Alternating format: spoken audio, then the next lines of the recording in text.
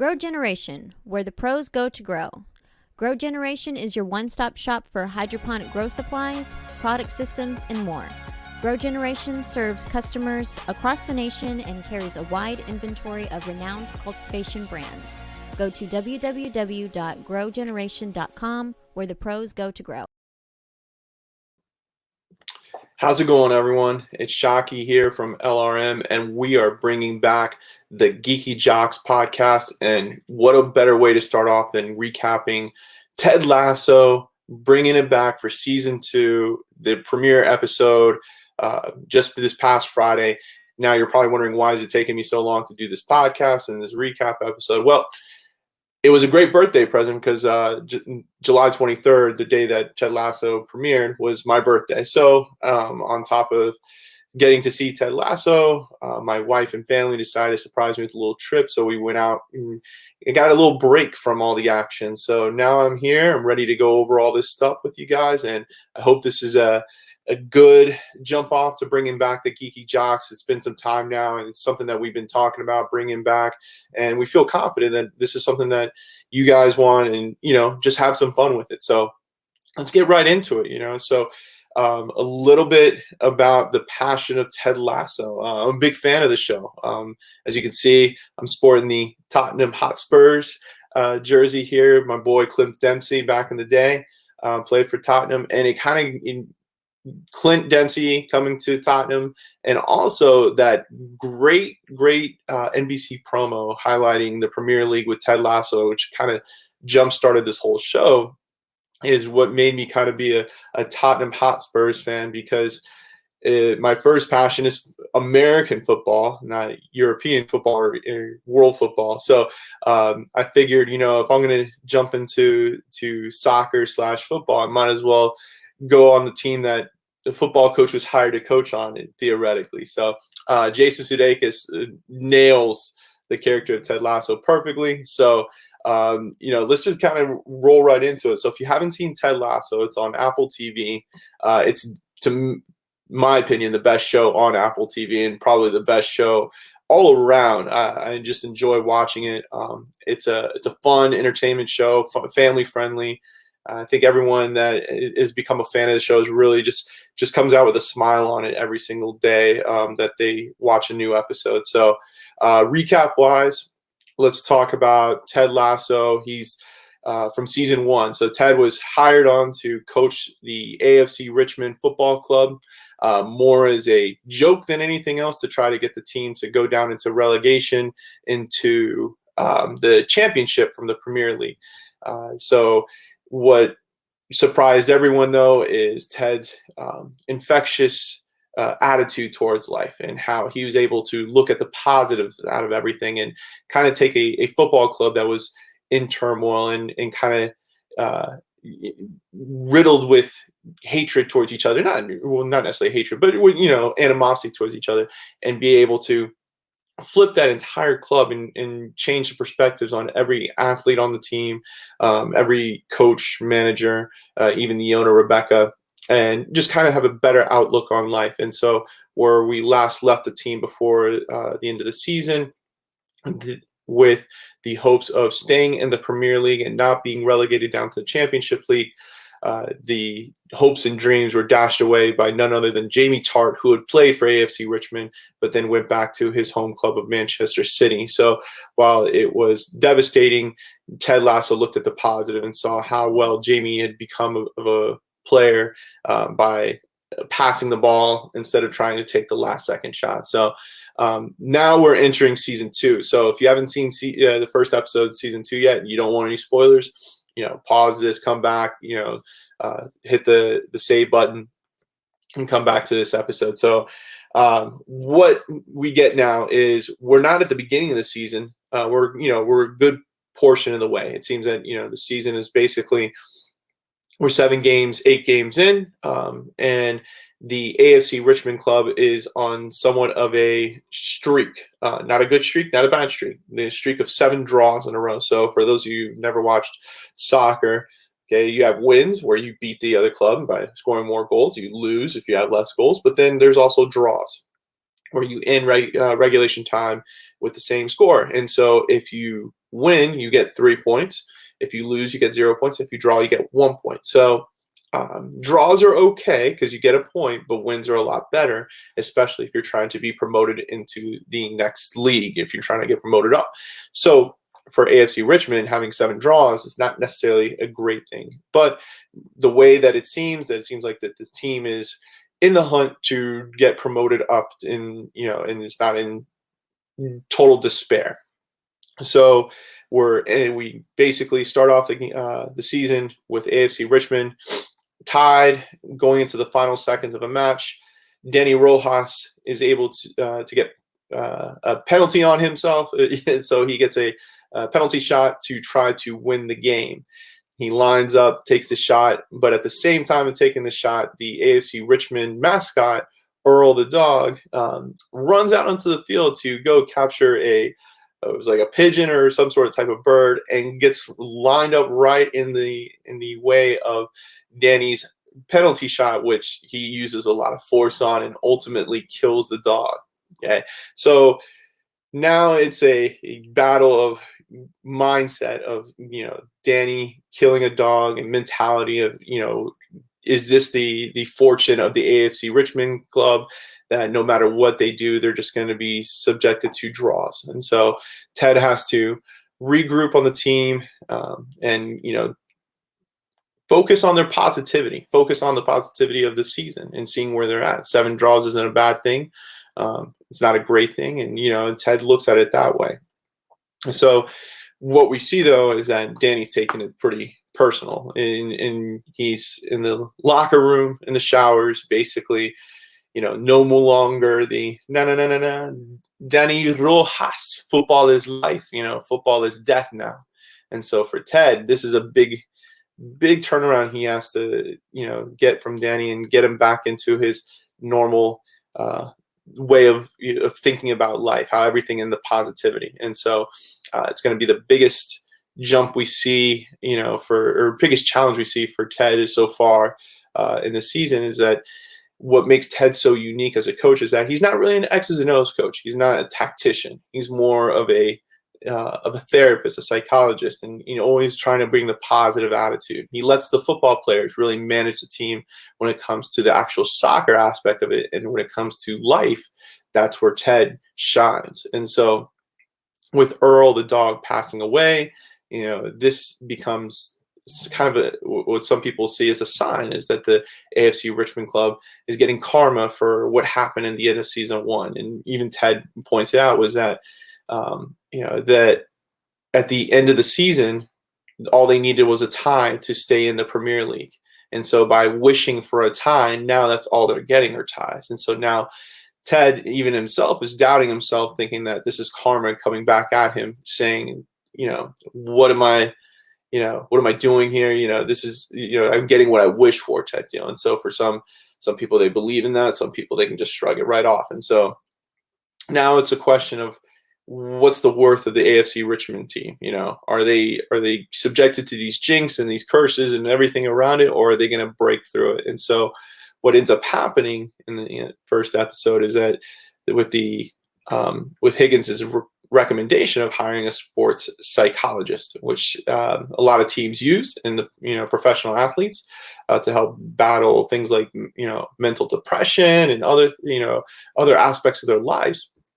And Ted is kind of hesitant to it, which is understandable, because he even admits to it in that the last time he saw a therapist, that it was for his marriage, and basically he felt that the marriage was ultimately doomed from the therapist there. And so he's hesitant to see somebody come in, in that aspect of the team. And that's also kind of what makes Ted Ted. He is kind of the team therapist. He's not the tactician or the coach, like I said before. So to have somebody else come in, and kind of go against his thoughts and his process is not necessarily a bad thing, but also kind of leaves Ted to wonder what's his worth for the team if he's not the therapist, the one to take care of the mental aspects of the team. So it's really interesting on that. So we see a new character come into Ted Lasso, Dr. Sharon Fieldstone, and she is a renowned sports psychologist, but has some hesitancy towards Ted Lasso, which probably is setting up for the theme for this season is the battle between the doctor and the coach, which is always something in sports from my years of coaching and so forth, is that there's always that battle between medicine and coaching, and it's just something that always comes to be. So Dr. Fieldstone is not, a happy-go-lucky person. She's not a lighthearted person like Ted. She's very serious. She's very to the point, and she wants to get her job done. So her mission is to get Danny Rojas back onto the pitch in the attitude that football is life. And within one session, we see that happen. And so Danny is back to his normal self and accepting that football is life, but also that football is death. And so he kind of has a renewed view on soccer or football. And what ends up happening is that this work that Dr. Fieldstone has done has now led the other team members to want to, get in a session with Dr. Fieldstone and maybe have some better views on life or views on the sport. And so this now becomes a challenge for Ted.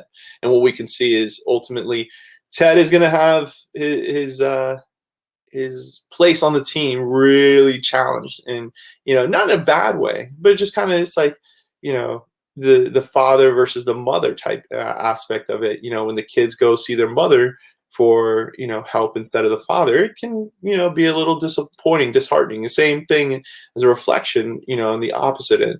And so for a new person to come into the team with the chemistry that Ted has worked on for so long, in the previous season and now in this upcoming season, he doesn't want to see that break away. So it's going to be a very interesting season coming up. And it's just kind of a new wrinkle and all that. But what I love about it is it's not a negative thing. This is not a villain aspect of that's Dr. Fieldstone is being brought in as. It's just more of a, finding that place, finding that moment of where you fit in on the team. Some of the other past characters from season one make a brief appearance throughout the episode. Roy Kent, ultimately is retired and content with his life being a youth under, U7 soccer coach for his niece, and also going to yoga with the older ladies and watching television with them and drinking wine. Roy does not want anything to do with professional soccer right now. We see Keely, his girlfriend, trying to get him as a job as a pundit, as a broadcaster for the local news network to cover professional soccer. He's absolutely doesn't want anything to do with that. Ted has left him tickets every week to go watch AFC Richmond play. Doesn't want to do anything like that. So for Roy, it's now the afterthought, the afterlife of soccer. And he's trying to hide from what can he do? What can he be? Because in his professional career, football, he was the man. Roy Kent was the man, and now he's no longer the man. So he's kind of hiding. He's hiding in, coaching his niece's soccer league, and also just doing yoga with a bunch of women who don't know who he is and don't want to look at him as an old, retired player. So for Roy, this season is going to be about finding who he is outside of soccer, outside of football. And that's a very common theme amongst a lot of professional athletes. A lot of professional athletes have this struggle, especially the ones that do have long careers, and that's all they know is their sport. They've done it since they were a young lad, young boy or girl, and at some point in time, Father Time wins, and you got to find something else to do. And so for Roy, he, like a lot of athletes, don't really have a plan put in place, and so he's just hiding out. He's waiting it out and just basically content, and so for Roy, it's going to be what's going to be his passion. And so I hope that he, finds his way back to the pitch, not as a pundit, not as a broadcaster, but as a coach, because I think that he had a great chemistry with Ted. As the two characters were very opposites of each other. One very serious, very, very lighthearted. One a tacticianer of the sport, the other one more of a psychologist of the sport. And so what do we get from here is ultimately I hope that Roy ends up finding his way back onto the AFC Richmond club. We get a brief glimpse of Jamie Tart, the superstar that was on AFC Richmond last year playing for Manchester City. He is now on a reality TV show trying to find love. And it's interesting to see how that's going to play out, because we don't know whether or not he's still on City, if he's been loaned out or spelled out, or what's going on with him, because to be on reality TV, it kind of seems like he's hiding from what he truly wanted to be as the superstar. Or maybe he broke away from it. Maybe what we saw at the very end of the season, where his passion for football had died with his mom, and it was just left with him and his dad. Maybe it's over for him. So it'd be interesting to see how that plays out. Rebecca, the owner of AFC Richmond, is now dating. She is now basically no longer bitter towards her past husband, or ex-husband, and now on the scene to date, and seems to find a nice man. But as we see with the double date that she had with Keely and Roy, is that the gentleman was okay, and this was checking off all the boxes there. And it's not until Roy kind of exposes it that Rebecca needs to find someone that will really take care of her and really make her, wow. And so what we see is that, Rebecca has to start putting herself first and not just settling for okay, and be able to take a risk and go for love and for someone that's really going to be passionate about her and not just everything about her, and so it's going to be interesting how Rebecca plays out this upcoming season. And then we had Keely, who has taken on the new role of the team PR rep to a new level.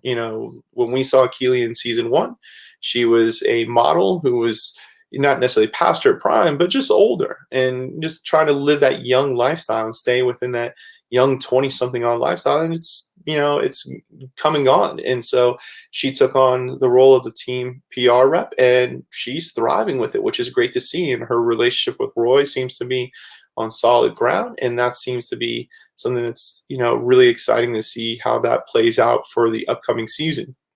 So what we're getting now is kind of like, what's the next step for these characters? Everything has been kind of played out, to where Ted is now accepted as the AFC Richmond football coach. Is no longer, considered an outsider.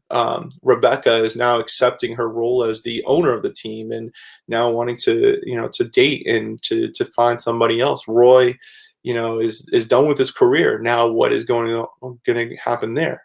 Keely, is doing well in her career, but now maybe she might want to take the next step with Roy and get married, so it's interesting how this upcoming season is going to play out. We'll be doing recaps of each episode on Fridays, so look out for that on lrmonline.com, and we'll be posting episodes on YouTube, on our YouTube channel. So make sure you subscribe and hit the like button so it reminds you to watch it. And so what I suggest is go watch the upcoming episodes when they premiere, and then head over here and hear what I got to say, but also take part and leave comments and let us know what you think about Ted Lasso and where the season's heading to and so forth. So my prediction is that with the help of the sports psychologist, Dr. Fieldstone and Ted, they're all going to find their roles, and I think that we're going to see the team make its way up into the Premier League. I hope that that's what the ultimate end goal is, and maybe win a trophy here or there before anything else. So that's pretty much it from this episode. Let me know what you think in the comment section below. Tell me who's your favorite character from Ted Lasso. We also have some great interviews from previous actors and actresses have been on Ted Lasso, and current actors and actresses on the show. You can check it out on our YouTube page, or also just I'll try to capture it all in here so that you guys, if you want to see any of the interviews below, you can check that out. So that's it for the Geeky Jocks this episode. We'll be doing a weekly episode from here on out, focusing on Ted Lasso first, and then also some other sports shows that you may not have heard of, and trying to get that out there. So let me know what you guys think. If there's another sports show out there that you want us to cover, let us know in the comment section, and we'll see you guys later.